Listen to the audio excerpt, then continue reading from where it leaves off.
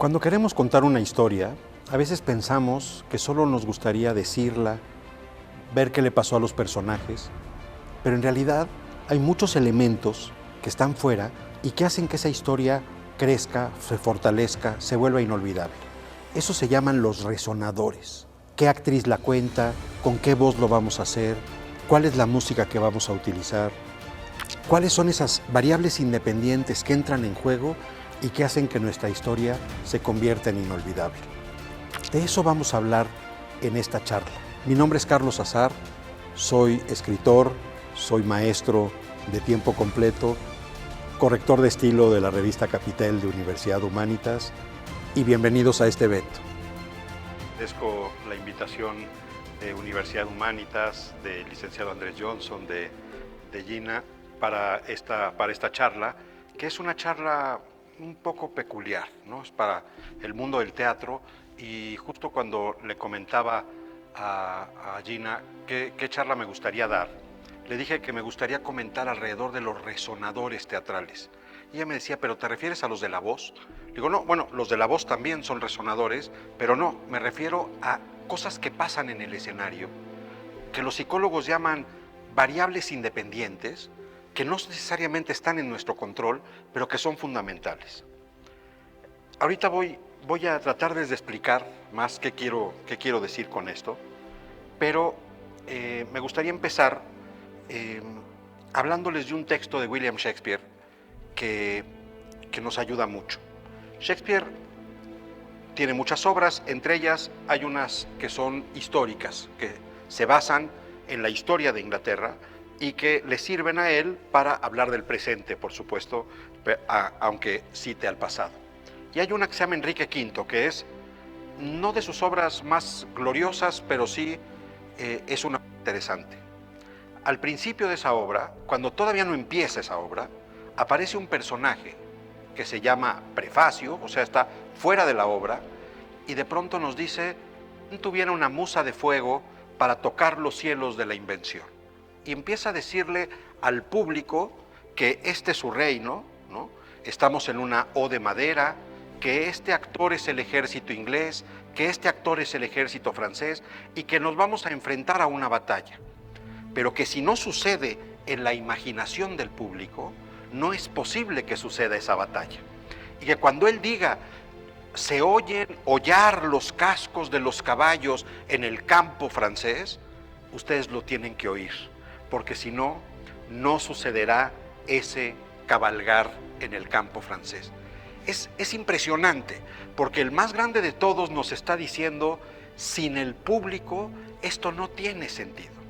Si no está el ejercicio de comunicación que el teatro significa, ese ejercicio que ahora que ya tenemos la posibilidad de apagar la luz de aquel lado y que nazca un cosmos de este lado, y que incluso le decimos palabras raras como la cuarta pared, ¿no? Acuérdense que esta es la cuarta pared, esta pared invisible.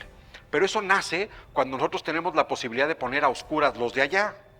Y entonces esos de allá ven un cosmos diferente acá.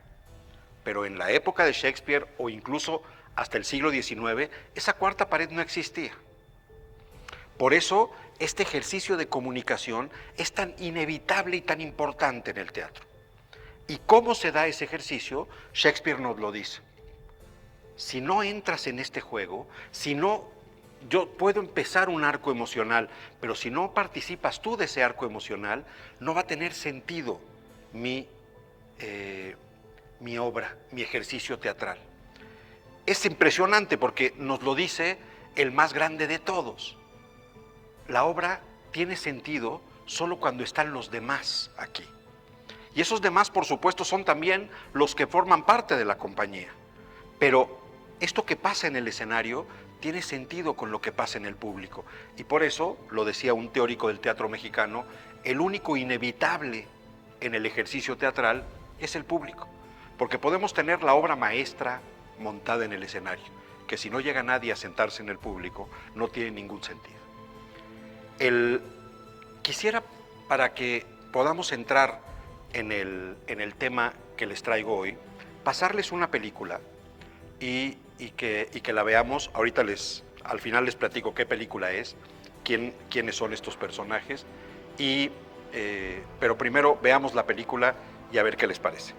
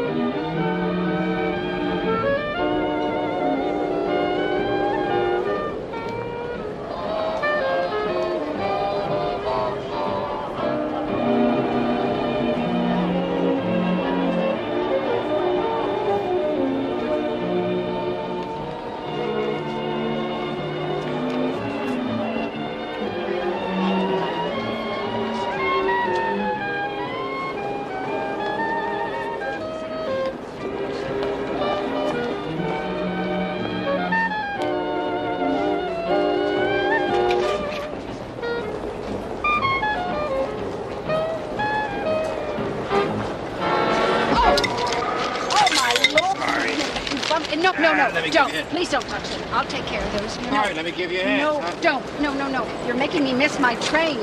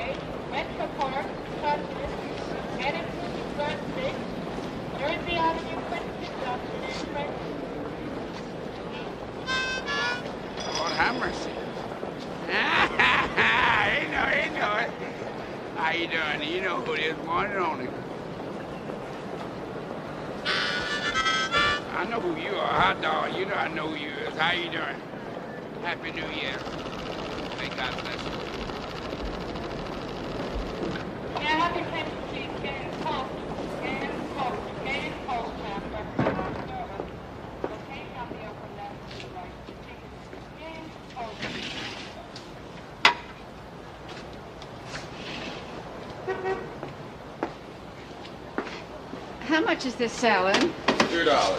Well, I'm not sure that I have that much. $1. Here's some more. Here's some more. All right, $1.52. There you go, lady. Thank you. Napkin? Surely.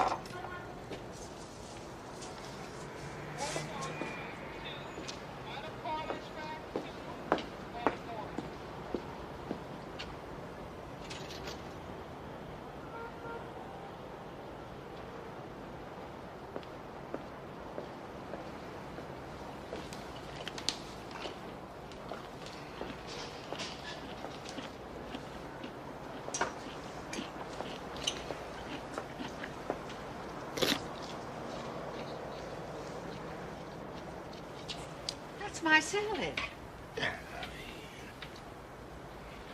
That's my salad.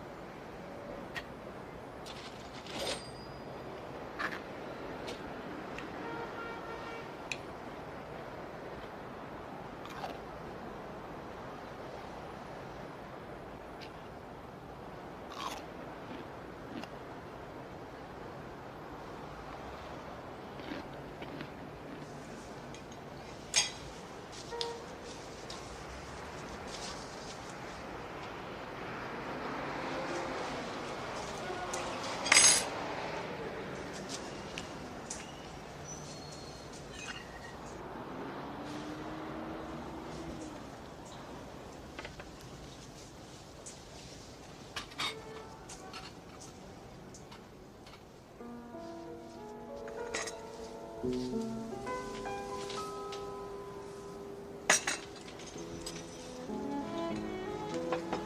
thank you.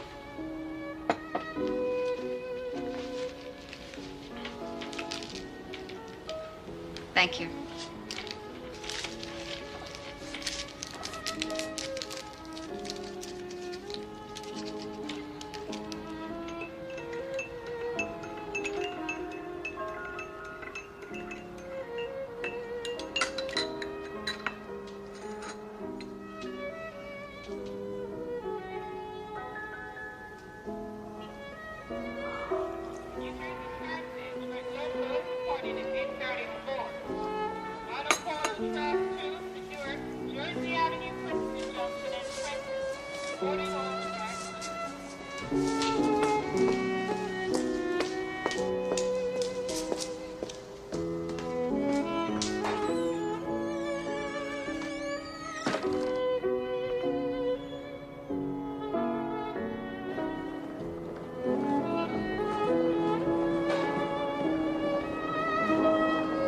Metroliner will be arriving on track 10. Metroliner 1 and 3 will be arriving on track 10.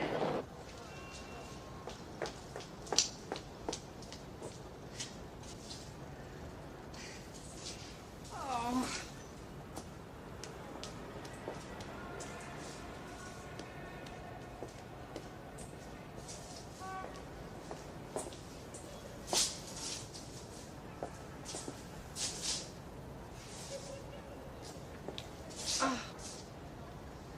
Oh my God.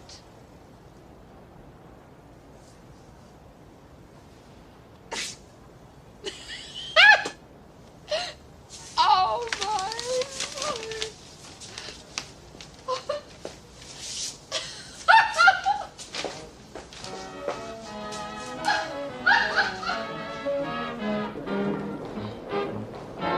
Anybody got any change? Any change? Can you spend some change to eat, please, man. Starving.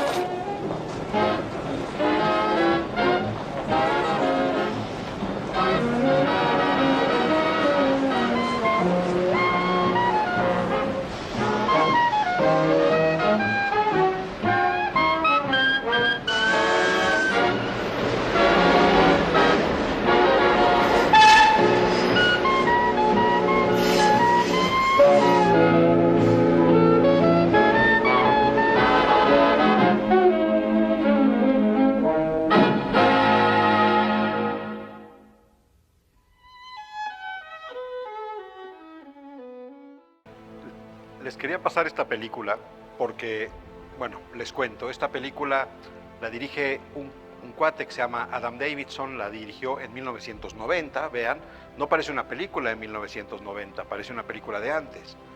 Y va a los premios del mundo, incluso va a este festival notable de la historia del cine que se llama el Festival de Cannes, y ahí hay una peculiaridad, ¿no? El éxito de las películas se mide por la cantidad de tiempo que aplaude el público cuando la ve. Ese es el éxito, se mide por los minutos de aplauso. Bueno, a este cortometraje le aplaudieron 30 minutos, 3 veces más de lo que dura la película. Y gana la Palma de Oro, gana el festival, y el director no se dedica mucho a ser director después, ahora es más productor. Por ejemplo, se dedica a producir ciertas series como Community, por ejemplo. Sin embargo, ¿por qué funciona este cortometraje? Primero, porque juega con nuestros prejuicios, eso primero. Pone en juego nuestros prejuicios, sabe que del lado del que lo está viendo, algo se siente. Entonces, construye una historia para poner en juego nuestros prejuicios. Y muy rara vez se nos ocurre pensar que ella se equivocó de mesa. Pero además, porque pone en juego muchas más cosas que están fuera de la historia. Por ejemplo, el blanco y negro. Eso hace que parece que la película no sabemos cuándo suceda. Eso es un éxito de esta decisión. La elección de la actriz es impecable para este papel. Entonces, la elección de la actriz también es un éxito. La música, los 2 segundos que vemos del plano general inicial en la Grand Central Station de Nueva York, que con 2 segundos decimos, es Nueva York. Claro, porque ya sabemos que si hay algo que le gusta al cine norteamericano, es Nueva York. Bueno, mejor aún, le encanta destruir Nueva York. Eso es lo que más le gusta al cine norteamericano, destruir Nueva York. Ya sabemos que los meteoritos, quién sabe cómo le hacen, pero le pegan al edificio de Chrysler. Es notable cómo le gusta al cine gringo destruir Nueva York. Bueno, con 2 segundos sabemos que es una historia neoyorquina. Vean, todas esas cosas que están fuera de la historia, fuera de lo que nos está contando, son absolutamente necesarias para que la historia sea notable, para que el público le aplauda media hora a una película que dura 9 minutos. Eso se llaman resonadores y están en juego. En el cine, por supuesto, pero en el teatro todo el tiempo. ¿Y por qué? Porque al día siguiente hay una nueva función. Aunque sea la misma función, la presencia de un público distinto hace que sea una función distinta. Y me acuerdo de viejos actores que cuando veían 3 personas en el público decían, hoy tocadita y al pie, ¿no? Hoy rápido. Como si 3 personas no fuera lo mismo que el teatro lleno.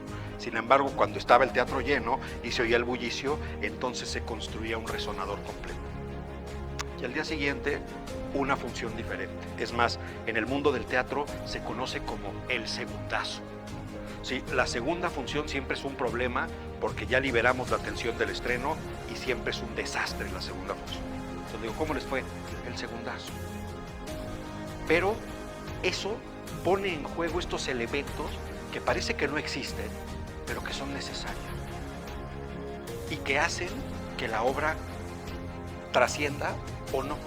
Este cortometraje, como es tan simple y tan concreto y tan directo y funciona en diferentes niveles, ha sido utilizado por las escuelas de cine todo el tiempo. Y en la red podemos ver muchos de los ejercicios que le dicen a los alumnos, vuelve a hacer este guión. No es lo mismo, obviamente. Y uno dice, ¿por qué no es lo mismo? Bueno, porque faltan todos esos elementos que hacen que se unifique el momento y se llaman resonadores escénicos. Entonces, la historia es una. Tenemos la oportunidad de contar una historia. Pero después la vamos a enriquecer. Por eso se llaman resonadores, ¿no? Porque le damos la posibilidad de resonar, una cavidad de resonancia mayor a esa historia. Si yo les cuento esto como si fuera una crónica periodística, vean lo que le pasó a una amiga, perdió el tren y se fue a comer una ensalada y de pronto creían que le había robado la ensalada. No sucede igual que como lo estamos viendo en esta construcción audiovisual. ¿Y por qué? Porque existen estos elementos que empiezan a jugar, los resonadores. Ahora, ¿eso solo sucede en el teatro? No. Esos también se salen del teatro y suceden en otras experiencias de comunicación humana. Y por ejemplo, pensemos un salón de clase. Si ustedes se imaginan en el salón de clase, si ustedes piensan en qué maestro consideran inolvidable, ¿no? Este maestro para mí fue inolvidable, o esta maestra para mí me marcó en la vida. Y pensamos cómo eran sus clases, vamos a darnos cuenta que entraban en juego los resonadores. Por ejemplo, cómo exponía las cosas, cómo observaba. No veía el infinito, ¿no? No tenía el salón de clase y ella veía a la ventana porque estaba muerta de miedo de verle a la cara a la gente. No, estaba actuando. Tenía elementos actorales. Eso empiezan a poner en juego los resonadores. Y luego entran en comunicación lo que está sintiendo el público, en este caso los alumnos, y lo que está exponiendo o está dirigiendo en la comunicación. Y luego ponemos a hacer ejercicios y empezamos a construir un ambiente que nos lleva a poner en juego esto y a decir, qué bonita clase dimos hoy. Cuando decimos qué bonita clase dimos hoy, es que entraron en juego esas variables, que parece que no están, pero que son necesarias. No solo es, hoy les voy a hablar de cómo se hace, qué significa y cómo se construye el complemento de objeto directo. No, no, no. ¿Qué va a pasar alrededor del complemento de objeto directo para que esa clase tan árida y tan gramatical se vuelva inolvidable? Estas son las cosas que pasan. Y hay muchos ejemplos en la red. Hay, por ejemplo, uno de un pianista que, como le pasó a muchos músicos, cuando ya las manos no le daban para tocar en público, se dedicó a dar clases. Pero esas clases se llaman clases magistrales porque los alumnos son solistas, músicos profesionales que quieren perfeccionarse y van con estos maestros para perfeccionarse. Hay una muy famosa que es de una cantante que cuando perdió la voz se dedicó a dar clases. Además la perdió por un problema emocional. Ella se llamaba María Callas, una grandísima cantante, y se dedicó a dar clase, y dicen que las clases eran brutales, eran muy violentas. Bueno, tanto que un dramaturgo ya escribió una una obra que se llama Clase Magistral, donde se habla de esta cantante dando clase. Incluso es una de las piezas que constantemente pone Diana Bracho en los teatros de esta ciudad. Pero ese pianista del que les hablo, ya en la tercera edad, ya no podía tocar frente al público, y de pronto vemos un video en el que le está explicando a unos alumnos una pieza de Robert Schumann. Y empieza a decir, sí, en efecto, ¿sabe qué? Tiene usted razón, esta pieza debería soñarse en lugar de tocarse. Vean nada más lo que acaba de decir. La alumna está aquí para aprender a tocar mejor. Y el maestro le dice, mejor sueñe mejor. Dice, ¿me permite? Entonces se sienta y de pronto vemos cómo se está soñando mejor esa pieza. ¿Por qué? Porque él está así como con la mirada perdida, está sonando la obra de Schumann, él la va explicando, y lo que estamos viendo no es un concierto, es un salón de clase en el que están entrando en juego los resonadores y se convierte en inolvidable. Eso es algo que no podemos perder de vista a la hora, uno, de construir una comunicación escénica. Esas cosas entran en acción, hay que tomarlas en cuenta y hay que ayudarlas a construir. Y no nada más en el escenario, sino en los ejercicios de comunicación humana, hay esos elementos que entran en acción y que hay que considerarlos. Para concluir y que abramos la charla, porque esto si no se vuelve un monólogo aburridísimo y rompemos con los resonadores, les quisiera contar una historia que le pasó a un escritor. Este escritor es un portugués muy importante que ganó el Premio Nobel de Literatura y que se llamaba José Saramago. José Saramago, después de ganar el Premio Nobel, fue por el mundo dando unas conferencias y vino a la Ciudad de México, al Colegio Nacional, ese edificio hermoso que está a un costado del edificio de la Secretaría de Educación Pública en la Plaza de Santo Domingo, atrás, y ahí dio una conferencia sobre su vida en la literatura. Ese era el tema. Pero en un momento en la conferencia dijo que la frase más hermosa que él había escuchado en la vida era la siguiente: la vida son cuentos, contando cuentos, de cuentos, nada. La frase más hermosa que había leído Saramago era: la vida son cuentos, contando cuentos, de cuentos, finalmente nada. Dice, pero ¿quién habrá dicho eso? Claro, estamos hablando en una época anterior a Google, obviamente, si no resuelto el problema, ¿no? Pero ¿quién le habrá dicho? Le fue a preguntar a un amigo sabio, oye, no recuerdo quién dijo esto, ¿me puedes ayudar? Pues me suena como a Shakespeare. Y claro, tiene razón el amigo sabio, no siempre hay que empezar a buscar por ahí. Pero, por alguna razón oscurísima, Shakespeare no había dicho esa frase. Pues no fue Shakespeare. Me suena como a Francisco de Quevedo, dice el amigo sabio. Fue a investigar en Quevedo y tampoco. Ya no quiso molestar a este amigo sabio, fue con otro, ni Shakespeare ni Quevedo. Pues es que el verso me suena como a León Felipe, este poeta español que en la Guerra Civil del 36 huyó de España y vino a América, vivió muchos años en México y otros en Sudamérica. Pues tampoco. Dijo, ya ni modo.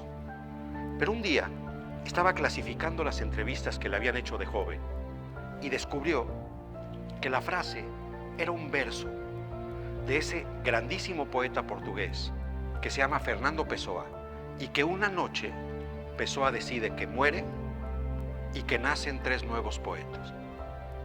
Le inventa la vida a esos poetas, incluso uno es maestro de otro, y lo que es verdaderamente notable es que nacen 3 estilos distintos de poesía esa noche.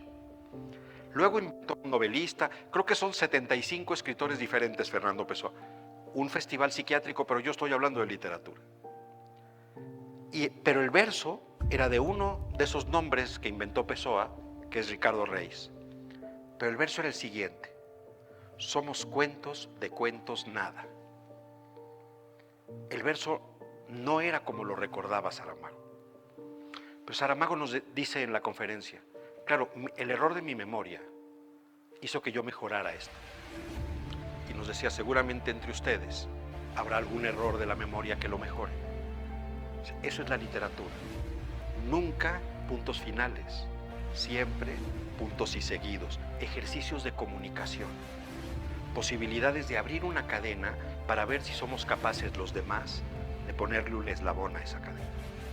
Si lo hacemos lo suficientemente bien, podremos ponerle un eslabón a esa cadena.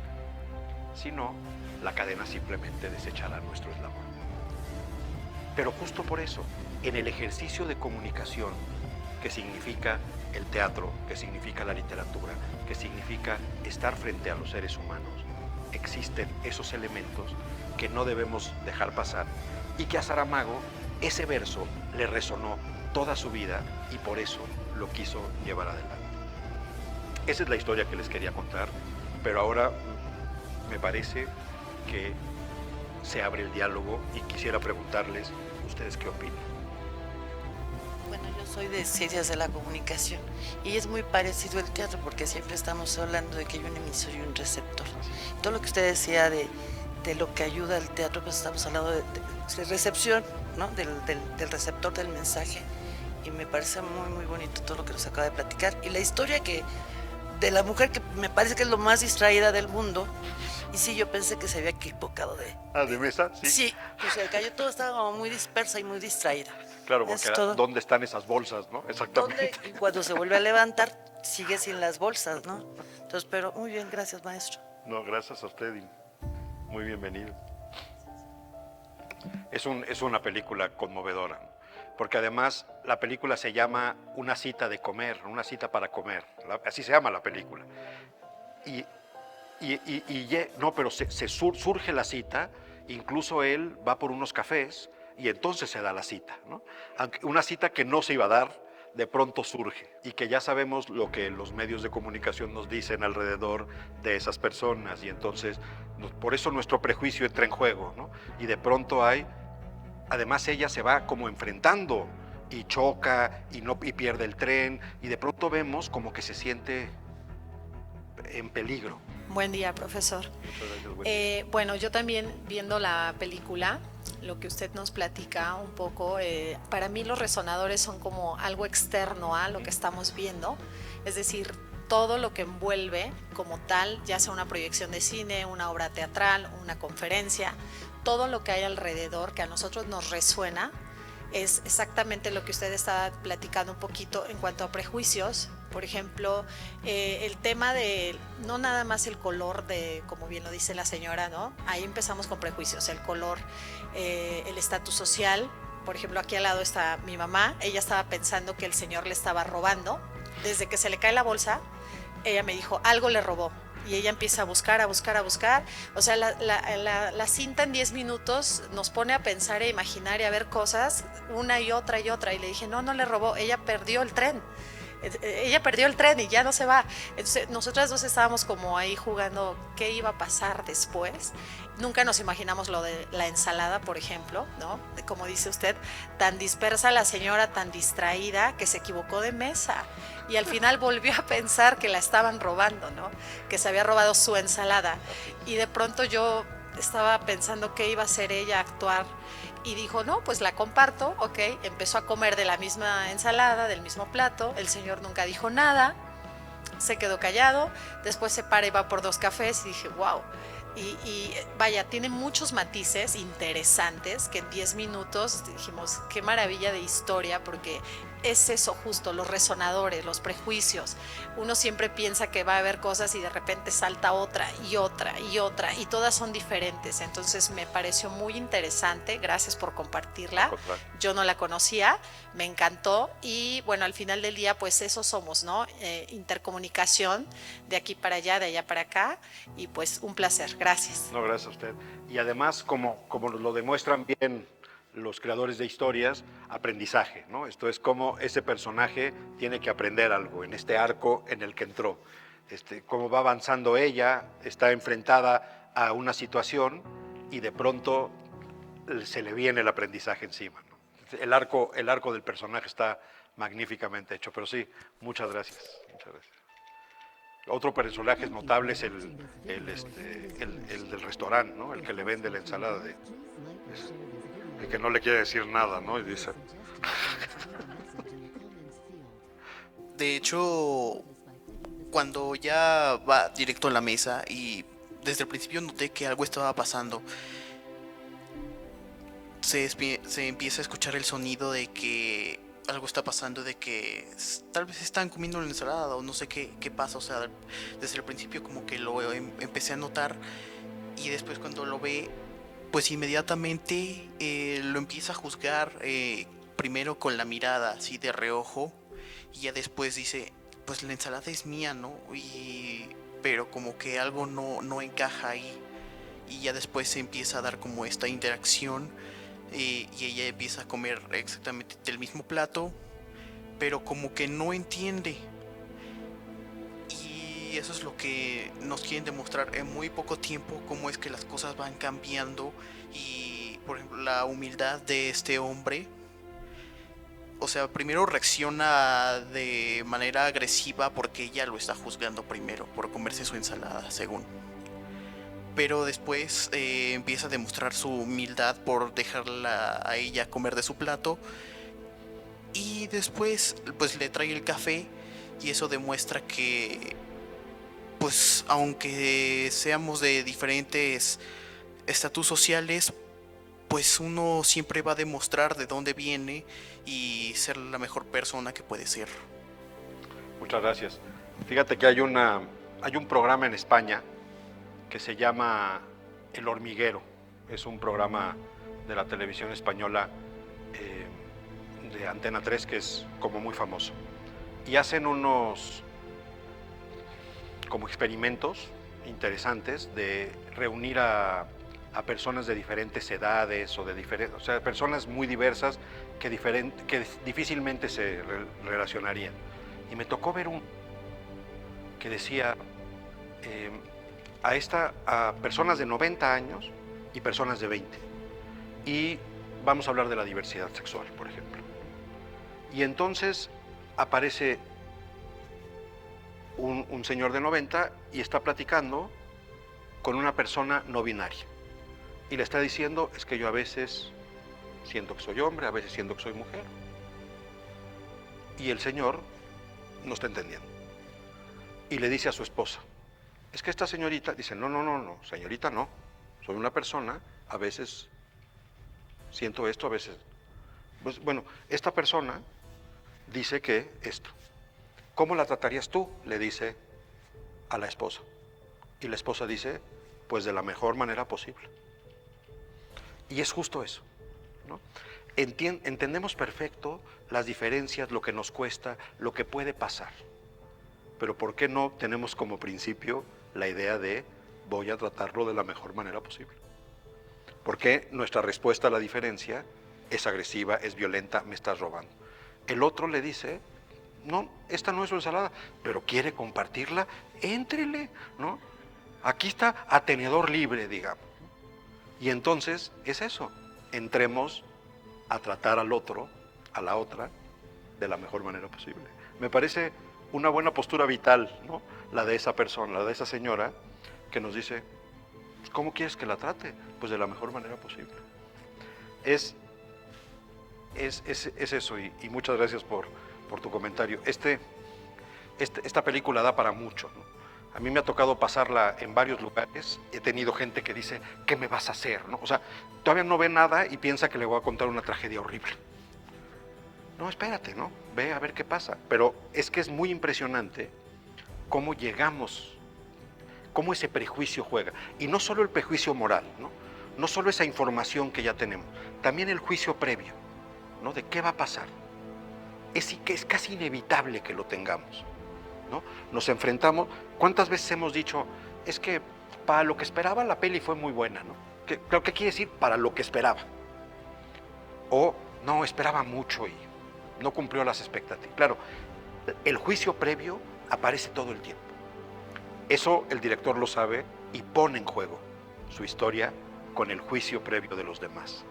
Y entonces ahí estamos. Además, el personaje de la ensalada tiene una gorra con una etiqueta. O sea, si se robó la gorra, ¿por qué no se va a robar la ensalada? Pero es muy bonito este juego de cómo está hecha la película, porque quiere decir que la historia puede pasar en cualquier momento, ¿no? Esta idea de el blanco y negro, pero vemos que los trenes no son precisamente de los años 50, que las cosas van, que puede pasar en cualquier momento. Y en efecto, puede pasar en cualquier momento. Porque ese sentimiento lo tenemos, ese juicio previo está ahí. Y seguimos teniendo esta información. Y cómo, a partir de la construcción de la historia, hace que nos relacionemos con ella. Y que si vemos, por ejemplo, los ejercicios posteriores, que no son en blanco y negro, que no tienen este equilibrio actoral, que no oímos la misma música, no funciona de la misma forma, a pesar de que sea el mismo guión. Entonces, ella estaba peleando su ensalada de inicio pensando que se la habían robado, ya termina compartiéndola, se toma el café, se le hace tarde porque se le va el segundo tren, sale, se le olvidan las bolsas, regresa otra vez pensando que el mismo hombre se las había robado, ok, él ya se fue y ya se llevó mis bolsas, además. Y cuando se percata que su ensalada y sus bolsas estaban en otra mesa, agarra los bolsos y se va porque se le hace tarde. Ya no se comió la ensalada. Entonces, híjole, fueron muchos matices muy interesantes y al final se va feliz de la vida porque se vaya en su tren, pero dejó la ensalada que ella estaba peleando o pensando que la habían robado. Gracias. A mí me gusta creer que la dejó que la dejó de regalo, ¿no? Para alguien más. A mí me gusta creer eso, que el aprendizaje la llevó a esto, porque es muy bonito cómo se recarga ya en la pared del tren que va a avanzar, como estos 8 minutos cambiaron mi vida, ¿no? Me hicieron aprender algo. Es una actriz fantástica, es que de veras es impecable para este personaje. Yo soy de la licenciatura de Derecho y se me hizo muy interesante.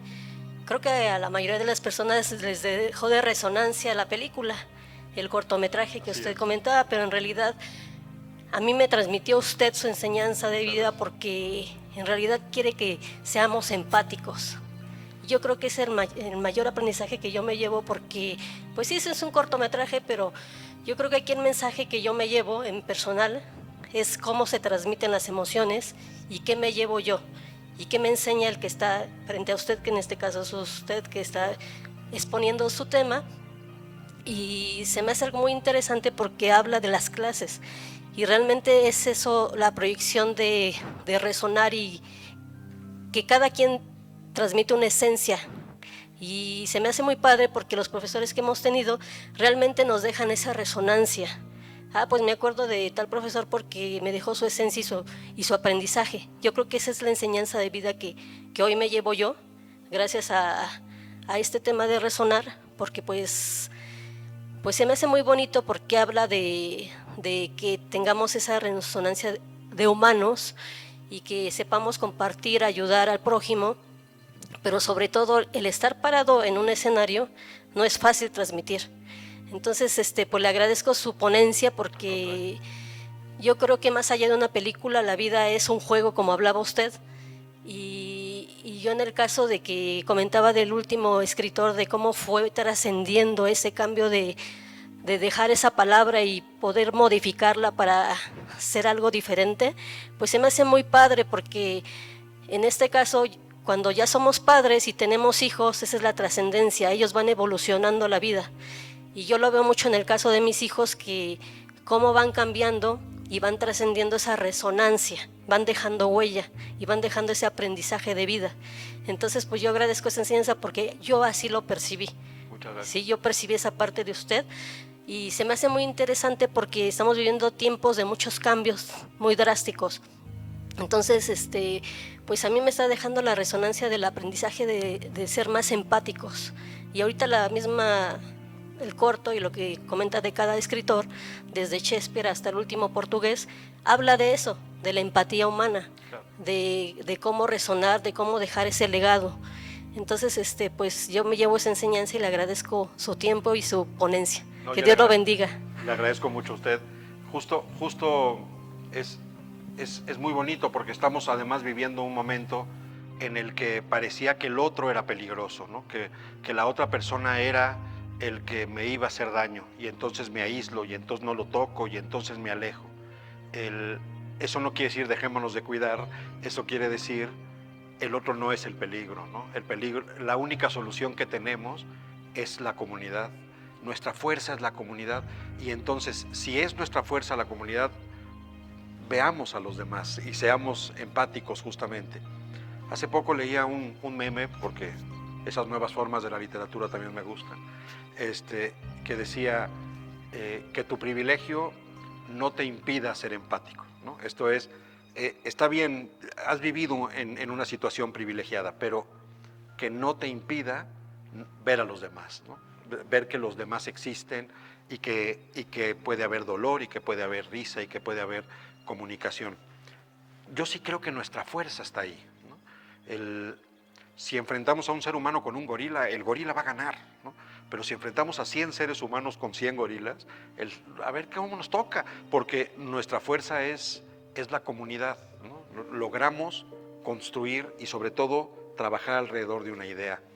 Y me parece que la palabra clave es empatía. Y ahora estamos confrontados a eso.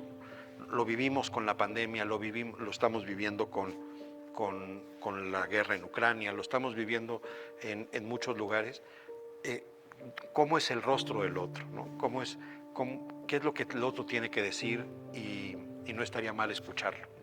Fíjese que quisiera volver al teatro para poner un ejemplo. Cuando el teatro griego nace, no nace en estos escenarios magníficos, sino nacen en escenarios magníficos pero al aire libre. Y ese ejercicio era bellísimo, pero porque estaba el mar atrás, o sea, era un escenario prodigioso, pero al tope del público ponían una serie de árboles que servían de concha acústica, ¿no? Servían para que se escuchara. Sin embargo, hicieron muchas cosas para que la obra sucediera y que la naturaleza no la impidiera. Entre ellos, por ejemplo, la obra era canturreada, ¿no?